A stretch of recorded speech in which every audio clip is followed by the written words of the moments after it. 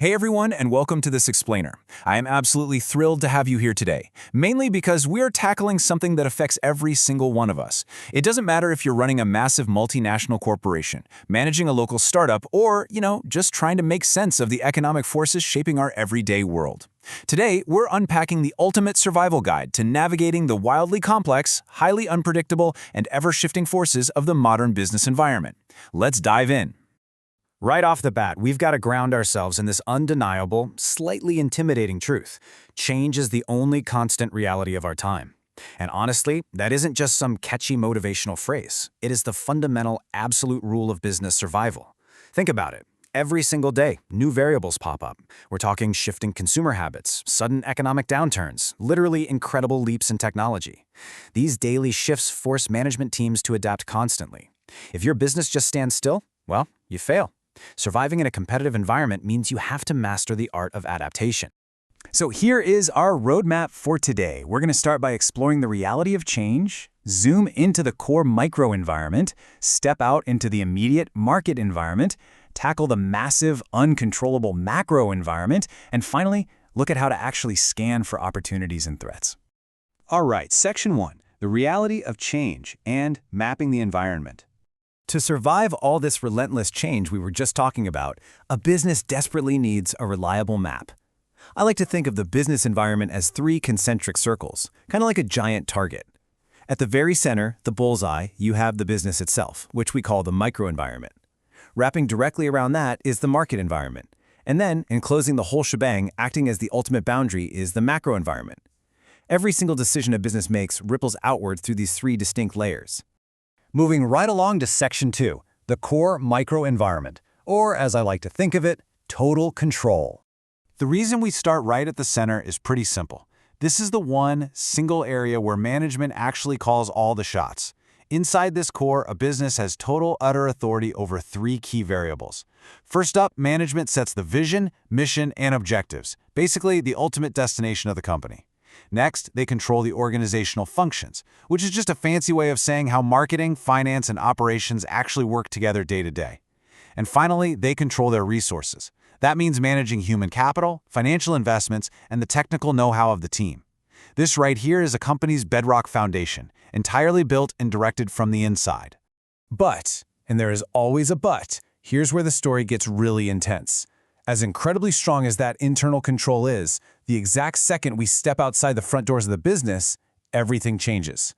We transition abruptly from a state of absolute internal control into a reality of external influence, where the outside environment suddenly starts dictating the terms. Which brings us perfectly to Section 3, navigating the market environment, the immediate outside. So stepping just outside the doors of the business brings us into this fiercely active zone. The market environment is made up of 5 major, constantly moving parts. First, you have the market itself, the consumers, whose purchasing power is completely tied to their disposable income. Then you've got suppliers, who are providing the essential raw materials, energy, and capital. Third, you have the labor markets and trade unions, playing a massive role in supplying your skilled workers. Fourth, intermediaries. That's everyone from massive wholesalers down to your local retail shops, bridging the gap between you and the buyer. And of course, hovering over all of it, watching your every move, you have your competitors. Actually, let's pause and reframe our definition of competition for a second. We usually just picture rival brands fighting it out for the exact same customer's wallet, right? But it goes way deeper than that. They're also competing tooth and nail for the exact same productive resources. They want the best suppliers, the sharpest human talent, the absolute best retail shelf space. It is a constant, exhausting tug of war on multiple fronts. All right, Section 4, the uncontrollable macro environment. This is the domain of the megatrends. Zooming all the way out to that final, outermost ring, we meet the heavy hitters. The macro environment consists of these 6 distinct, massive variables. Now let's be clear, management cannot tell the economy what to do. There's no way they can command global technological progress. But even though a business can't control these 6 forces, make no mistake, these forces absolutely dictate the rules of the game for the entire industry.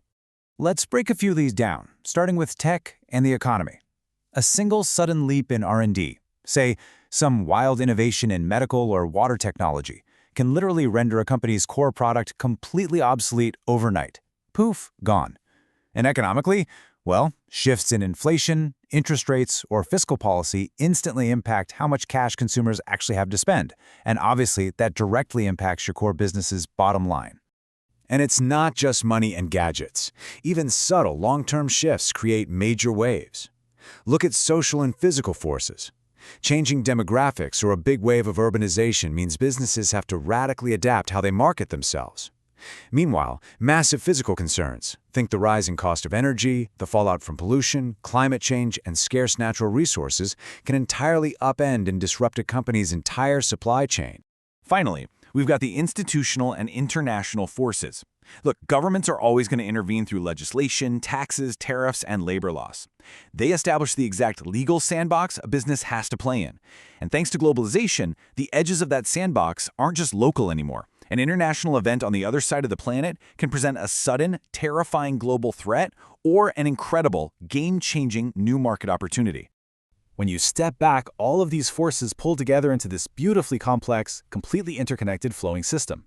While your business only has a tiny, slight influence on the macro environment exerts massive, indirect influence backward. For instance, government legislation way up in the macro environment dictates the strict labor laws that your microenvironment's HR department has to follow every day. Interest rates on the macro level directly alter your financial management at the micro level.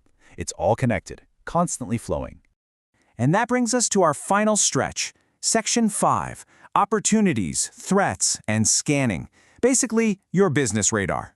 So if a business is surrounded by this overwhelming web of totally uncontrollable forces, how on earth does it actually survive? Well, it really comes down to identifying the difference between two concepts. An environmental opportunity is a favorable condition, a new trend that management can deliberately jump onto to gain a competitive advantage.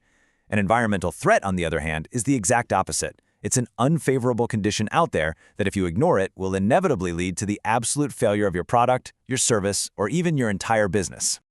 To spot those golden opportunities and dodge those lethal threats, a business has to deploy what is essentially its superpower: environmental scanning.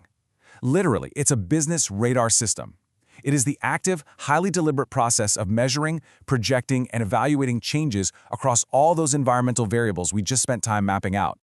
Okay, so how do you actually turn this radar on? Well, businesses do it using 3 specific steps. First, they continuously update secondary information. That means constantly reading industry reports, published data, keeping up with global news. Second, they take it a step further by conducting primary investigations, actually going out and gathering fresh data straight from the market themselves. And third, the absolute most successful businesses go as far as establishing a dedicated internal scanning unit. Their whole entire job is just to sit there and watch the horizon for incoming changes. Which really brings us to our big concluding thought for today. Sustained environmental scanning is a prerequisite for taking advantage of opportunities and averting threats. You can't just look at the map once, nod, and put it away in a drawer.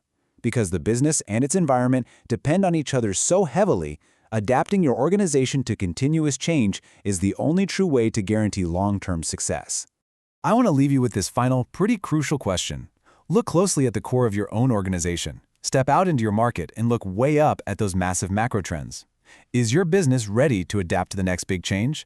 Because as we've clearly seen today, that change is already on its way. Thank you so much for joining me on this explainer. Keep scanning that horizon and keep learning. Catch you next time.